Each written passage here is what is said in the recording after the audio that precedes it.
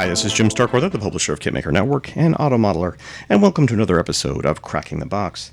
Today we have for you something special from Tamiya. This is the new NSX, the Honda/Acura model. They're showing it as a Honda here. I'm not sure if it's going to have dual Acura labeling for the US version, but this is obviously the international version of the car.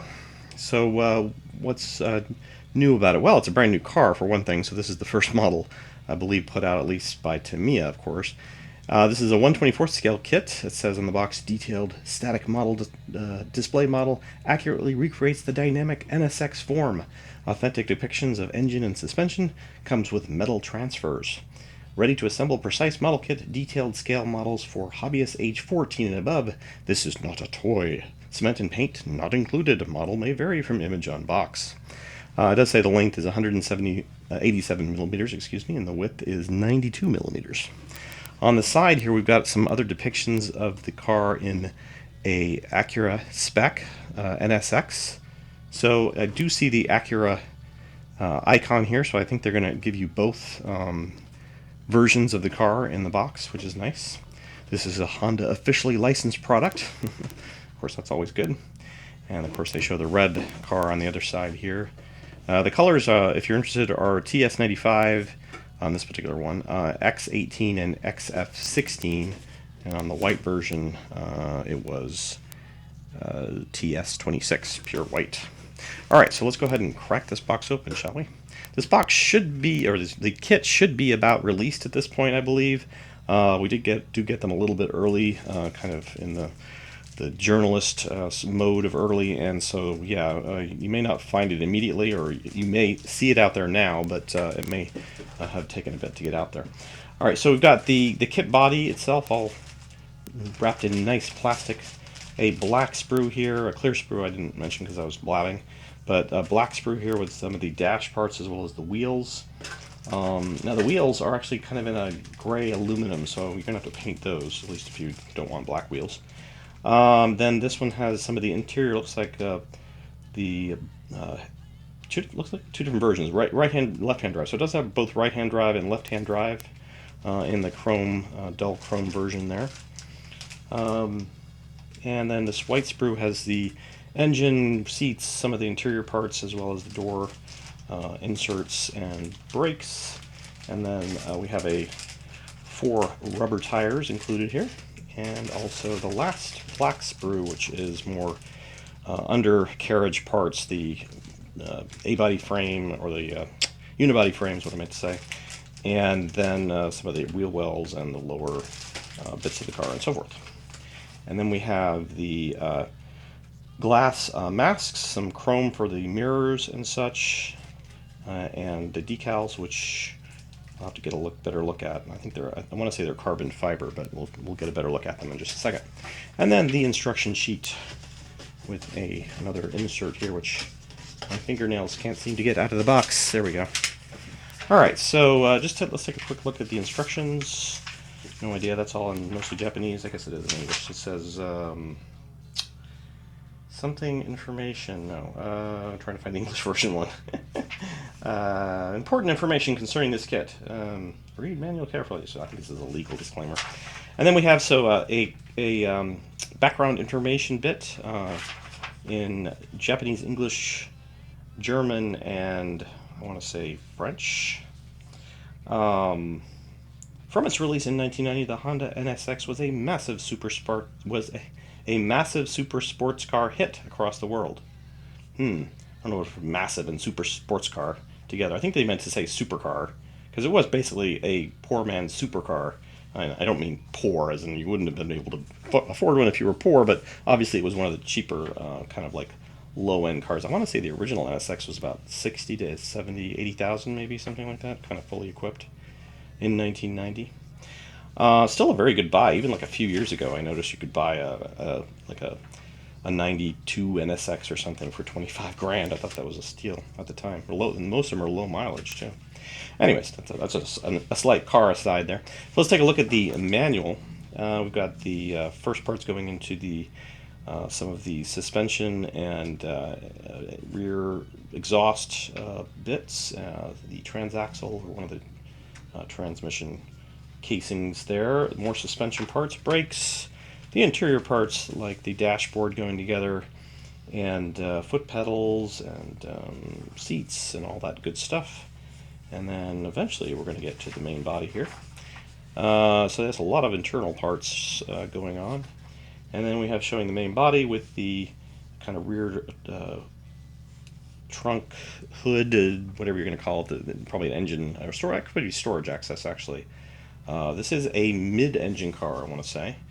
Where did the engine go in this? Let's take a look. Actually, it looks more like a rear engine car, but no, I guess the engine's mid. It's the engine's in front. If you're not a car guy like I am, rear engine cars where the engine is behind the rear drive axle. Mid-engine cars where it's slightly in front of the rear drive axle or in front of, and then obviously a front-engine car is where it's up front, in front of the cab, basically. So, I guess one way to say it would be behind the driver versus, well, no, I guess a rear-engine car would still be behind the driver. Yeah, anyway, so that's the definition of a mid-engine versus a rear engine, anyways. So, what else? So we got that going together. We've got more of the glass coming together with some of the small detailed bits, and then everything going on to the chassis, the wheels going together there. What do they show for that color, just out of curiosity? They seem to be just showing X10, which, isn't that just black? Let's take a look at those color things again. Nope, X10 not noted on here. I'm not sure what X10 is. X10 may be a kind of a chrome gray or a light aluminum gray.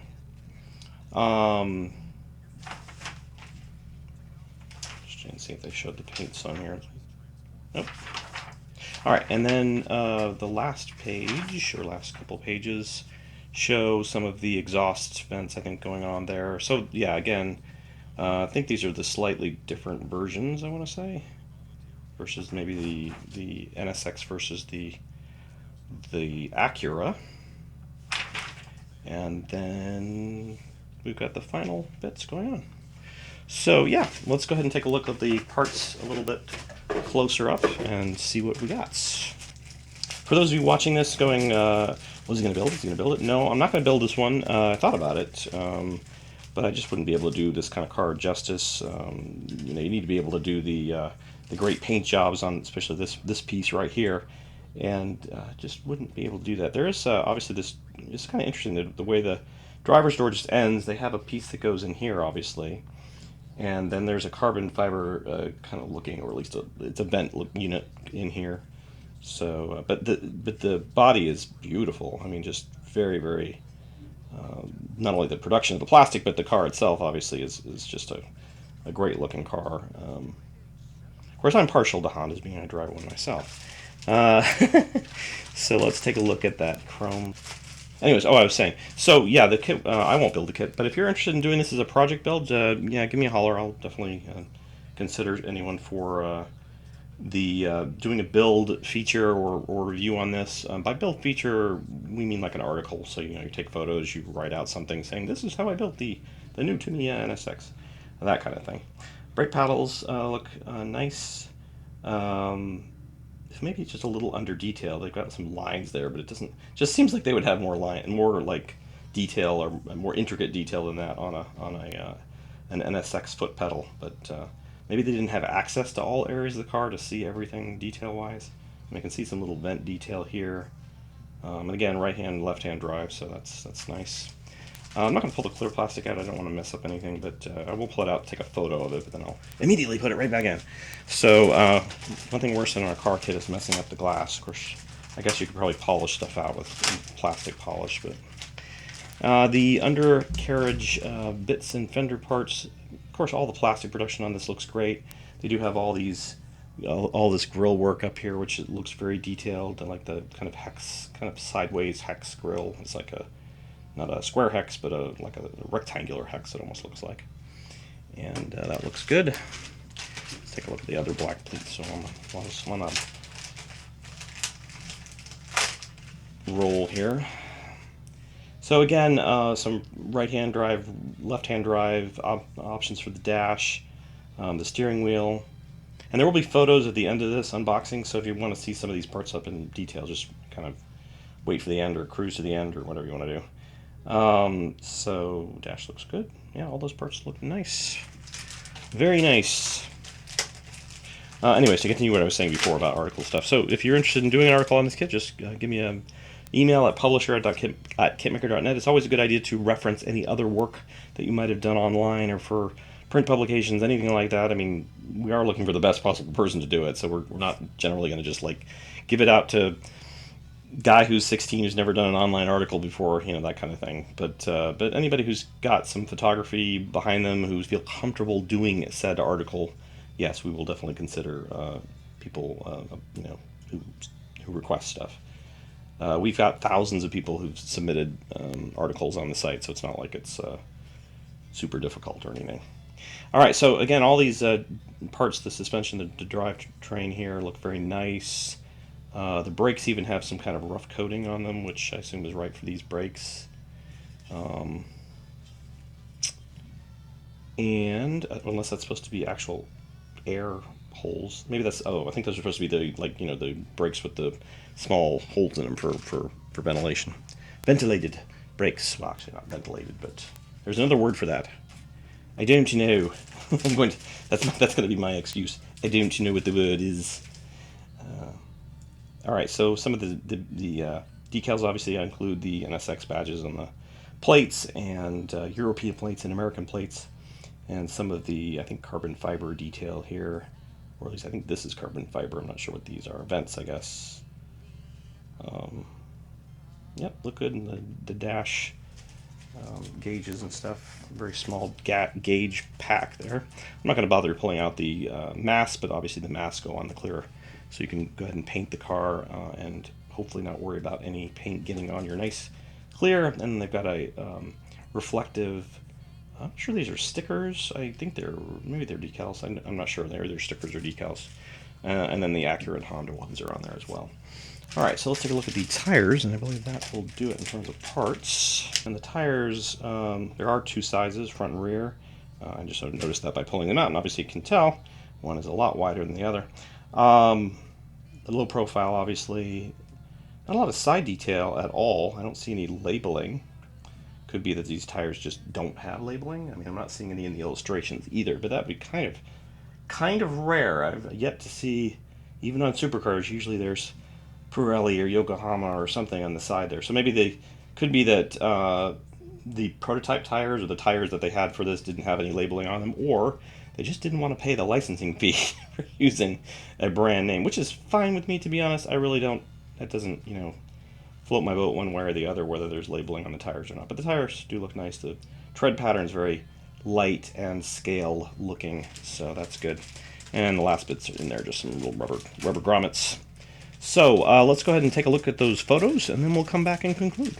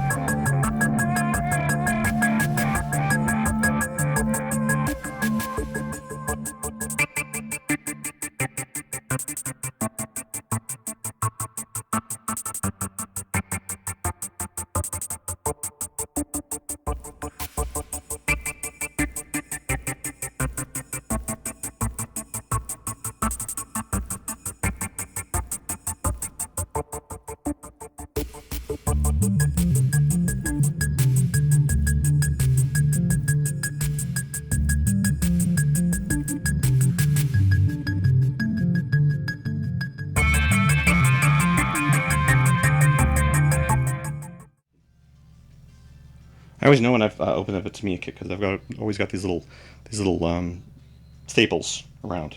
But all right, well, I hope you enjoyed those photos. And the car looks like it's going to build into a nice car. I guess some of the detail, like on the front, I'm guessing one of those decals is that one of those parts? That wouldn't seem right. No, that was one of the black pieces, right? Okay, so yeah, I'm not sure where all these little small decals are going. I mean, one's potentially right here. So I think that potentially would be something in terms of somebody who wants to super detail the vehicle. And usually, to me, it does have super detail up detail kits available. They didn't send me any on this one, but sometimes they send those kind of a little later. I think I would have got it by now, though, if they were putting one out for this. But I think that's the one thing where, you know, they could definitely have gone with a more kind of like a photo etch kind of effect here for these types of things. And it would have certainly given it more realistic scale detail than probably you're going to get with the black pieces and stuff that I showed you. And you can tell, obviously, on those brakes, too, that they do have the small pinholes in them for ventilation. You can see from the photo. All right, well, hope you enjoyed, again, those photos. And if you have any comments, suggestions, questions, please leave them below.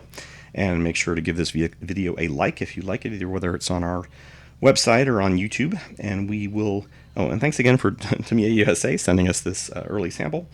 And we will see you next time on Cracking the Box.